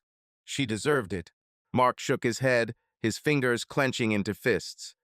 "No, this is too much," he muttered, hitting himself again harder, as if he could knock the voice out of his head. He did not notice how the door opened behind him. Emily ran out of the hall. Her steps were fast and uneven, her face wet with tears. She saw Mark leave, and something inside her clicked. She knew it was him. The organizer tried to stop her, but she broke free, running after him across the lobby. "Mark!" she shouted, her voice breaking into a squeal full of pain and anger. He turned around, his eyes widened, but he didn't stop, continuing to walk towards the street. Emily caught up with him at the door, grabbing him by the sleeve. "For what?" she screamed, her face close to his, her eyes full of tears and rage. "Why did you do this? You promised that the video would stay with you. You promised." Her voice trembled. She hit him in the chest with her fists, but he stood motionless, looking at her with a blank stare. Grayson whispered, "She wants to know. Tell her." Mark opened his mouth, but the words stuck. He began, but then hit himself on the head again, harder, his face distorted. "Shut up," he barked, and Emily recoiled, not understanding who he was addressing. "What's wrong with you?" she whispered, her anger turning to confusion. Mark shook his head, his hands shook, and he spoke to himself, his voice getting louder. "It's not me, it's you. You did it. I didn't mean to. He hit himself again, so hard that it left a red mark on his forehead, and began to walk in circles, muttering, "She deserved." "No, she didn't. You promised. I promised." His behavior was chaotic, his eyes darting like a hunted animal, and Emily retreated, her heart pounding with fear. She looked at him, and a thought flashed through her head: he was not himself. Over the years of marriage, she noticed his oddities, moments when he closed himself off, talked to himself, but she chalked it up to fatigue. Now it was something different, something frightening. "Mark, stop," she said, her voice shaking, but he didn't hear. He hit himself again, his muttering getting louder. "You broke her. I broke her. We broke her. No, it's you." Emily took a step back, her hands shaking, and she realized that he was not just angry, he was unstable. "Security," she shouted, turning towards the lobby. Her voice cut through the sound of the rain, and the two men in black uniforms standing at the reception desk turned around. "Here, quickly," she called, pointing at Mark. They hurried towards her, their steps echoing on the marble floor. Mark didn't notice them, continuing to hit his head with his fist and mutter, "I didn't want to. You forced. She shouldn't have." His eyes were empty, as if he was somewhere far away in a battle with himself. The guards approached. One of them grabbed Mark's arm to stop him. "Sir, calm down," he said, his voice firm, but Mark pulled away, hitting himself again. "Let go," he shouted, his voice a mixture of rage and despair. The second guard grabbed him from behind, pinning his arms to his body, and Mark shouted, "It's not me, it's him." Emily looked at this, her face pale, tears streaming down her cheeks. She didn't know who he meant, but fear gripped her. "He's sick," she told the guards, her voice shaking. "Hold him, please. I'll call for help." She pulled the phone from her pocket, dialing 911 with trembling fingers. "I need doctors," she told the operator, her voice breaking. "My ex-husband, he's out of his mind. He's beating himself, talking to himself. Westin Hotel, second floor. Please hurry." The guard struggled with Mark, who was struggling, his screams becoming quieter, but he was still muttering, "Grayson, you did. I didn't mean to." One of them pinned him to the floor, holding him by his arms, while the second watched the crowd that began to gather at the doors. The guests of the evening, hearing the noise, looked out from the hall, whispered, some took pictures on their phones. Emily stood to the side, her dress wet from the rain and her eyes filled with horror. She looked at Mark, and part of her wanted to help him, but the other part of her, the one who had just been humiliated in front of hundreds of people, hated him. 10 minutes later, the ambulance arrived. Two orderlies in white coats ran out of the car, carrying bags with equipment. They approached Mark, who was now lying on the floor. His resistance weakened, but he was still muttering something inaudible. "Sir, we're here to help," one of them said, his voice calm, but Mark jerked, trying to get up. The guards held him tightly while the orderly injected him with a sedative through a syringe. Mark fell silent, his eyes closed, and he lay limp on the floor, his breathing even but heavy. Emily watched as he was loaded onto a stretcher and carried into the car. "Where is he going?" she asked, her voice weak. "To St. Francis Hospital," the orderly answered. "He needs psychiatric help." She nodded without saying anything else and stood in the rain until the ambulance disappeared around the corner. The guards returned to the hall, the crowd began to disperse, but Emily did not move. She looked at the wet asphalt where Mark lay and tried to understand what had just happened. He brought her shame, but now she saw that he himself was broken, not just angry, but sick. Her hatred was mixed with pity, and she didn't know what to feel. The rain washed away the tears from her face, and an emptiness grew inside her, as deep as the one she saw in his eyes. The ambulance took Mark to St. Francis Hospital in the rain that didn't stop all night. His body was motionless on the stretcher. The sedative had done its job, but inside his mind was still churning like the sea in a storm. Emily stood outside the Westin, watching the red lights of the car disappear into the darkness. Her suit was wet, her hair stuck to her face, and chaos was spinning in her head. Humiliation in front of hundreds of guests, Mark's screams, his strange behavior. She didn't know what to feel. hatred, pity, or relief that he couldn't hurt her anymore. She turned and walked away, leaving the hall full of whispers and condemnation behind. Mark was taken to the psychiatric ward. He was placed in a room with soft walls, where the light was dim and the air smelled of antiseptic. As the sedative began to wear off, he came to his senses, but his mind was shattered. He lay on the cot, looking at the white ceiling, and whispered, "Grayson, where are you?" But there was no answer. For the first time in months, Grayson was silent, as if his cold shadow had retreated before the white walls and sterile silence. Mark clenched his fists, his nails dug into his palms, but he didn't hit himself. He had no strength left. Instead, he closed his eyes and let the memories come flooding back. Emily in the white dress, her laugh in the cafe, her moans in that video, her scream in the hotel. Everything was mixed into one painful mess, and he didn't know who he was now, Mark or Grayson, or just a shell that remained of both of them. The next day, he was visited by a psychiatrist, a middle-aged woman with tired eyes and a soft voice, Dr. Lynn Harper. She sat opposite him, holding a tablet, and asked questions that he had difficulty answering. "Are you talking to someone inside you?" she asked, and Mark nodded, looking down. "His name is Grayson," he whispered. "He wanted. He did it. Not me." The doctor wrote something down. Her face remained calm, but there was a sense of professional wariness in her tone. "Tell me about him," she said, and Mark began to talk about how Grayson showed up after that night, how he pushed him to take revenge, how he got the upper hand at the hotel. The words flowed slowly, interrupted by pauses, but he told everything. After a week of examinations, tests, and interviews, Dr. Harper made a diagnosis of dissociative identity disorder. "You have two personalities," she explained, sitting with him in the same room. "Mark is you as you used to be, and Grayson is the part of you that took on the anger and pain. He protected you, but he became uncontrollable." Mark listened, his gaze blank. "Am I sick?" he asked, and she nodded. "But it can be treated," she added. "Medication, therapy, time. You can learn to live with it." He was prescribed treatment antipsychotics to calm Grayson and therapy sessions to understand his past. Mark recalled his childhood, the alcoholic father who beat him, the mother who left, the loneliness that he suppressed for years. Grayson was born there, in those shadows, and waited for the moment to emerge.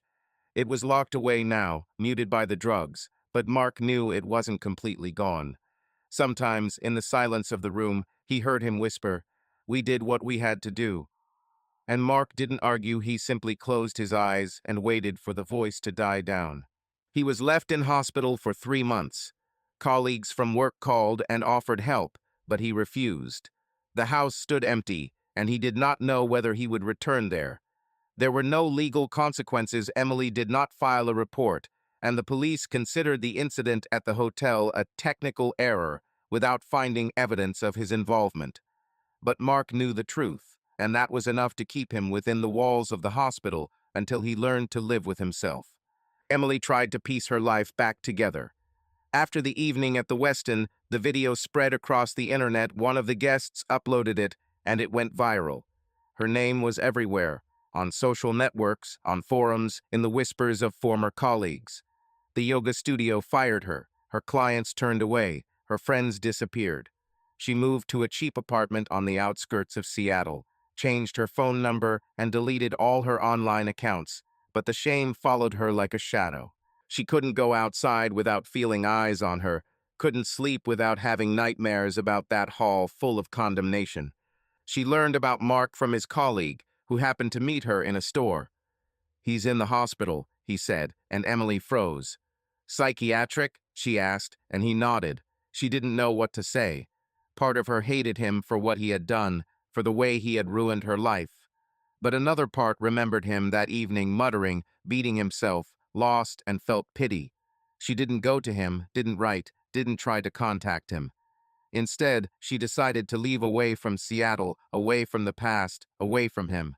A month after Mark left the hospital, Emily packed her things into one bag and bought a bus ticket to Portland. She didn't know what she would do there, but it was a chance to start again, albeit from scratch.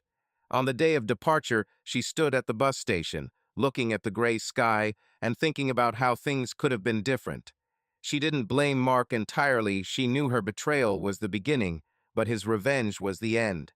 She got on the bus, and when it started moving, she didn't look back. Mark returned to his home in June. He was discharged with a prescription for medication and instructions to see a GP once a week. Grayson didn't speak anymore, but Mark felt his presence quiet, like a shadow in the corner of the room. He sold the house Too Many Memories and moved into a small apartment in downtown Seattle. He kept his job, but took fewer hours, devoting time to himself. He began to write in a journal, as Dr. Harper had advised, to get his thoughts out so he wouldn't have to keep them inside. One day, sitting by the window with a cup of coffee, he looked out at the rain and thought about Emily. He didn't know where she was, what was wrong with her, and didn't want to know. The video had been deleted from his phone. While in the hospital, he had erased it himself, in a moment of clarity while Grayson was sleeping. This was his last act of forgiveness, not for her, but for himself. He finished his coffee, closed the diary, and smiled for the first time in months weakly, but sincerely. Life did not return to the same, but it continued. Emily and Mark never met again. Their paths diverged, leaving behind only shadows: her shame, his illness, their broken marriage. The rain continued to fall in Seattle, washing away the past, and they both, each in their own way, found silence. Subscribe to our channel so that your love doesn't cheat on you, and go ahead and listen to the next story, because this story is nothing compared to the next one. If you're under 18, don't even think, click to the next one.